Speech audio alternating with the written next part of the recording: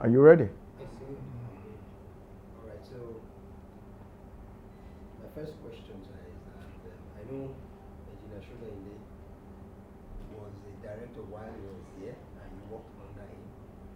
And so, what would you say is the most valuable lesson that you learned from his leadership style, and how that has shaped you, because you went on to become a permanent secretary, and now you're now the AC to the governor. So how has that impacted you? All right, thank you very much. I feel your question is quite narrow for the character of the person in question, Engineer Leko Shodainde. Engineer Shodainde is first and foremost my boss. He is a brother, and he is someone that I look up to. When you say he was a director here, that is, as I said, it's a little bit short-sighted.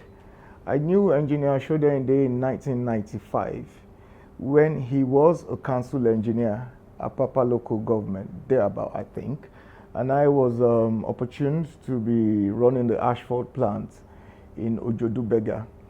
He was doing a lot of engineering works for the Apapa local government then, and he was coming to the public works to procure asphalt.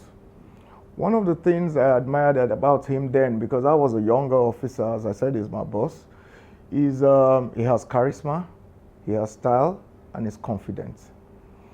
He doesn't bug you. All he wants to do is a systems person. So basically, he gives you a call and is like, I've paid for this. When can I receive my product? And he comes in there, and he comes and he says, how are you doing, this, that. And we started talking. And I asked him a couple of times, can I come and look at what you're doing in Apapa? He said, why not? So we hit it off, started talking. And in all honesty, you know he has style. You could misconstrue it for arrogance, but in actual fact, it's confidence. So I used to look at him then and be like, oh, I want to be like this engineer. He's a role model. He speaks confidently. As fate will have it, he came to the mainstream. He's gone around. He's one of the few engineers that has traversed the state civil service in different MDAs. So in actual fact, he's a role model. He's someone that tells you you have to go all around to be a better person. So during his sojourn, he came back. He came to Ministry of Works and Infrastructure. He was the director, project monitoring, evaluation and training. And I was one of the engineers, had my projects. And we do evaluations. And he has this very nice attitude. He goes back, he takes it from first principle. And he calls you, please come over. This can be this. And we have a chat, we look at it, we go back to site. He affirms what he's going to sign off on. How thorough he is cannot be overemphasized. He says what, he feels. He allows you to express yourself, and then he's always open to a journey to site. So as fate would have it, there was a project we were doing in Ayetoro. I think the contractor was CGC, and I started the project, but when he came in, he was going to run the project. And I was glad that, oh, okay, I've seen this boss from afar. I'll see him in close, First meeting we had with the contractors, I was like, yeah, this is the real deal. And it was like, we worked it out. We were always going to sites minimum twice a week. He was someone that would never sit down for any, in quote, foreign or whatever type of contractor. You have to earn your pay. You have to ensure, he basically taught me how to ensure the state gets value for money. So it was a very good journey. The project was commissioned, and I learned a lot from him. From every little step we have to do, it has to be from first principles. We justify it with models, and it was just on and on and on. Thereafter, he moved to Labcar. Yeah, I think so, Labcar. as the GM. And we kept the relationship. Calls me, Darams, what's happening? Can you come? I saw this road, I saw this, he's a complete engineer. He goes on the road, he sees something that he feels is an aberration, he gives you a call, and you get back to him. He would always respond to your calls.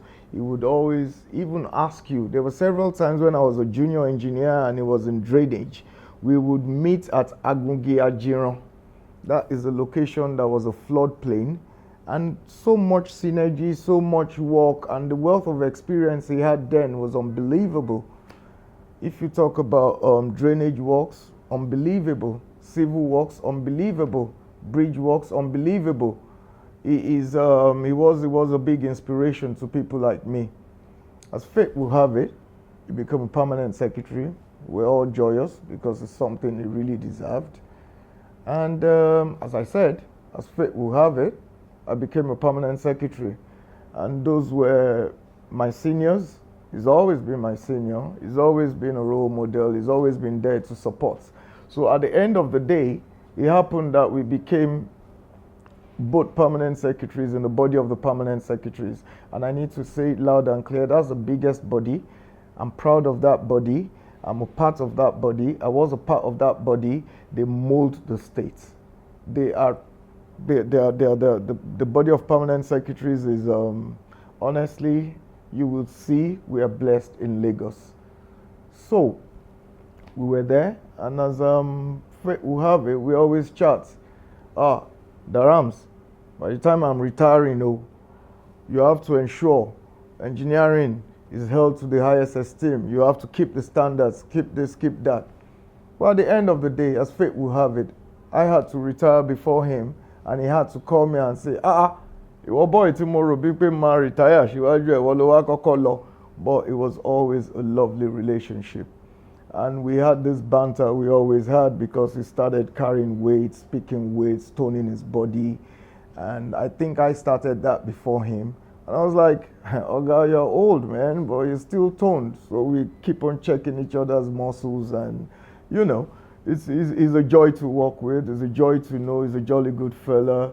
And I can't really say how much is impacted on my career or on my well-being or the way I look at engineering and the way I think engineering should be practiced. Thank you. Great. I mean, that's a lot of questions answered without a response. So, but I like to say, you said how rounded he is, how vast engineer Shoda is. So, my thing is, how do you see one legacy? How do you see the state tapping from the effort he has, is going out of service? So, what are the ways you feel the state can really leverage the commitment, the service